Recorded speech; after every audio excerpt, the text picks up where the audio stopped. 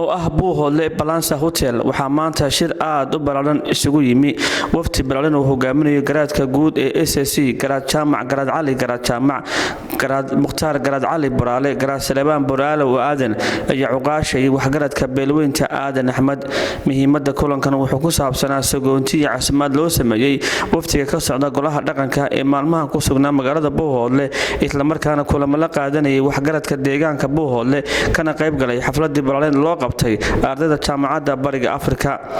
shirkan markii uu soo gabagabay waxa warbaahinta la hadlay uqaashi iyo waxgarad ka qayb galayay kulankaasi oo ka warbixiyay waxyaabaha looga hadlay ee garaadada ay kala hadleen xafladaasi waxa ay daaranayd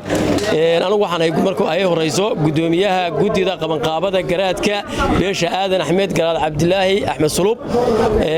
afkii aadan Axmed dhalinyarada aadan Axmed iyo gudida baan ku hadlaya waxa halkan lagu qabtay xaflad ballaaran taas oo daaranayd sagootin iyo soo dhaweyn ay weheliso u qabanqaabada iyo weelqaadka caleemasaarkii ballaadhnaa garaadka beesha aadan Axmed garaad Cabdilaahi garaad Axmed Sulub taasoo la filayo inay dhawaan degmada Buuhoodle ay ka dhacdo ilaahay baa mahad iska leh dadka aad arkaysan ee faraha badani waa dad beesha ka kooban beesha aadan Axmed taas kuwaas oo u diyaar gareysan in garaadka ay caleemasaarkiisii iyo caana ku shubkiisii u diyaar gareysan ilaahay baa mar labaad iyo mar saddexaad mahad iska leh marka waxaan guud ahaan maanta ay tahay maalin aad noogu farxad badan runtii waxaan guud ahaan salaamayaa ummadda Soomaaliyeed gaar ahaan bulshaweynta SSC gobolada SSC degta gaar ahaan beesha aadan Axmed iyo dibad meesha joogaanba waxaan kaga baxay hadalka ku soo gabagabeynayaa oo aan baaq dheer u diraya beesha aadan Axmed meel kastoo ay joogaan in dhawaan ay dhici doonto caleemasaarkii garaadka xafladii ugu qiimaha badnayd ee abad lagu qabto Buuhoodle oo lagu casuumay dad gaaraya 250 qof ilaahay baa mahadda iska leh xafladaas oo aan ku sii sagoontiinay garaadada ka yimi baha khayr ee ka yimi meesha la yiraahdo Saaxdheer iyo Laascaanood ka kala soo kicitimay aan ku sii sagoontiinay baan soo gabagabeynay alxamdulillah ilaahay baa mahad u sugnaatay xafladii u ballaarnayd garaadada garaad jaamac garaad cali garaad mukhtaar garaad cali buraale garaad Salebaan buraale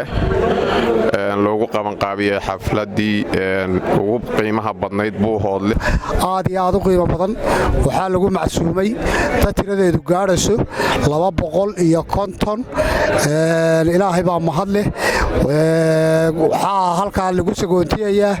garaadada garaad jaamac garaad cali garaad mukhtaar garaad cali Ismaaciil garaad Salebaan garaad buraale ilaahay baa mahad leh Salebaan buraale si wacan oo sharaf badan iyo xafladaas oo qabsoontay hadii alla ku rooyahay way naga ambabaxayaan ilaahay waxaan u weydiinanaa gurigooda inay nabadgelyo ku tagaan halkan aan ku suganahay waxa weeye hoteelkii Buuhoodle Balansa waxa ka dhacday xaflad qiimo badan oo lagu soo dhaweynayay laguna sagoontiyay isimadii baha khayr ee taraaga dheer soo galay ilaahay ajri iyo xasanaad badan ka siiyo socodkooda ee markii hore socodkoodu wuxuu ahaa socod isku guda jira qalin jabinta ardadii faraha badnayd ee ka qalin jabisay jaamacadda Bariga Afrika iyo ballan ay la lahaayeen beesha aadan Axmed in halkan lagu la kulmo